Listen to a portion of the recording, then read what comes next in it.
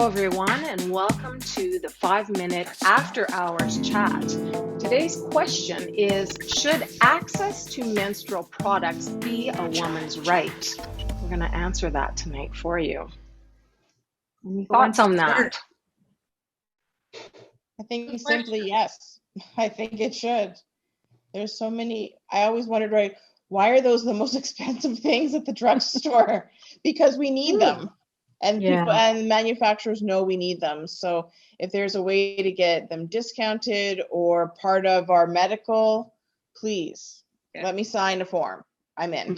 It's not fair, like you said, for staff that when you need it and you're able to afford it is one thing.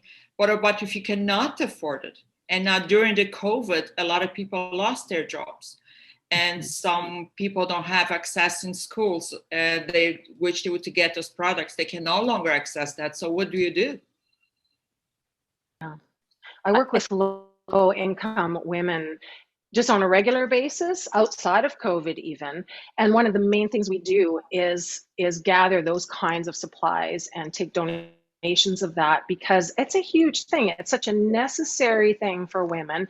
And if you can't afford that over and above your groceries or your rent, then what do you do? I think it's important we support women that struggle in that way, for sure.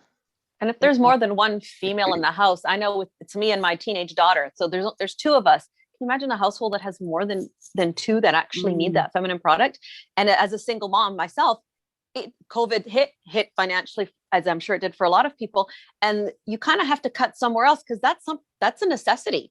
Like me and my daughter couldn't go without, because you can't leave the house. She couldn't go to work. She couldn't do it. We couldn't do anything if we didn't have that kind of protection. So I think it is our right as women to be able to live life and feel safe going out when it's that time of the month. But I think of teens as well, and access at schools. It should be free, and they should be able to have that access, because that's a terribly embarrassing and life-altering moment if you don't have help when you need it. Well, I agree there, Doris. Going back to my childhood, my mother didn't really approach me, and school wasn't very informative, and then you kind of left on your own. So it would be helpful if schools had the products and supplies to give you, for sure. I remember back when I was back in high school, got over probably 12 years now. I remember seeing the dispensers, and you'd have to pay like $0.25 for it. But if some women don't even have the funds to even do that, like especially for teenagers when they're in school, where can they get it from? They're usually afraid to ask anybody else, any other females in the school, or going to the principal's office to see if there's anything available there. I know I did feel scared one time when I had to go ask somebody for it. It's like, it wasn't accessible to me back then because I didn't have the change. And it's also quite a taboo as well in some cultures, and they don't talk about it openly. And I know a lot of low-income countries, the girls really struggle, the women in general. I can talk about my country where I was born. The girls don't go to school. When they're on their period, they just stay home, right? So it should be a women's right. It's terrible. And it is a global issue. To speak to both Val and you, there are girls in Nepal whose families have a bunker under their homes where the ladies go and spend their time there when they are menstruating.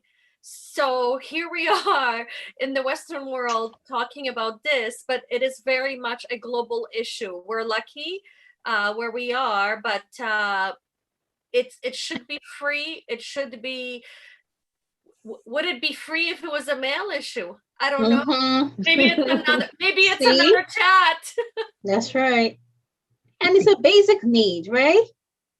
Yeah. It's also a medical. It's a medical need, because if you don't have the funds to get as much as you need, what are they going to do? They're going to use something longer than they're supposed to. which is very, very dangerous. You get infections, and that type of infection can kill you. It's, you know, it's a medical issue. It's not just about convenience. It's also a, you know, it's humiliating to have to go, you know, people are like, well, you could just ask somebody. Well, yeah, but you know, it's not that simple a thing. Yeah. No, it's embarrassing, actually. Yeah. Kim, Becca? Like we've talked a lot, it sounds like, about like disposable, but you know, there are reusable, more in the long term, cost effective ways. You know, should there be more education or a push for the use of some of those, particularly in the Western world where we do have the resources to clean those things? You know, it may not be the case in some other countries, but to utilize those resources so that, you know, it isn't a constant expense. Can you share a little bit more about that? Like, yeah, so I mean, there's products. I think the Diva cup is probably the most widely known one, but it's a silicone cup that is, you know, about yay big, and you just insert it into you know, your vagina, and it will hold up to, I think it's like 12 hours. Like I used to use it. I don't use it right now. But like, What's the, just curious, what's the cost on that? I think it was about $50, and it's good for several years. Yeah, I guess when you went reusable, I went to, I know there's an organization that actually makes the liners for your underwear that after you bleed, you can actually wash them and reuse them in that capacity. Yeah. I was thinking of that. I was not thinking of the Diva cup, but I mean, still really good, but $50 is a lot. If you can't afford $7.99 for a 32 pack of Always, I don't think I can afford the 50. Am I right? Yeah. Yeah, is that true? Yeah. I mean, it's it very ranges 30 to 50, but that would be something that medical could pay for that. Yes, and then it's a one-time exactly. cost.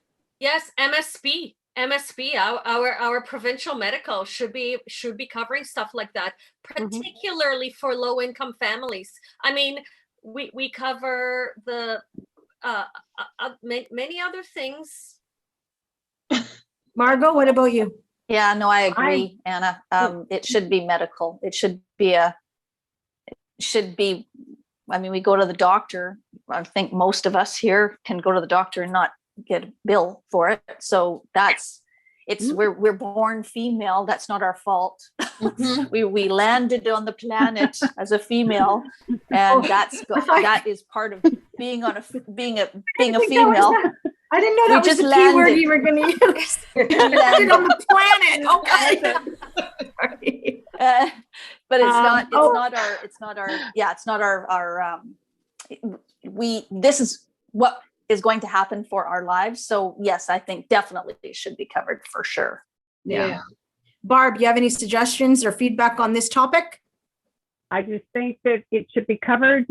We're using those products for a lot of years, and it's a great expense. I'd hate to add it up all the time that we're using it. Anyway, I've been using it for 30 years. 30. Wow. It's the longest relationship I've ever had. I like that. Doris, what about you, Doris?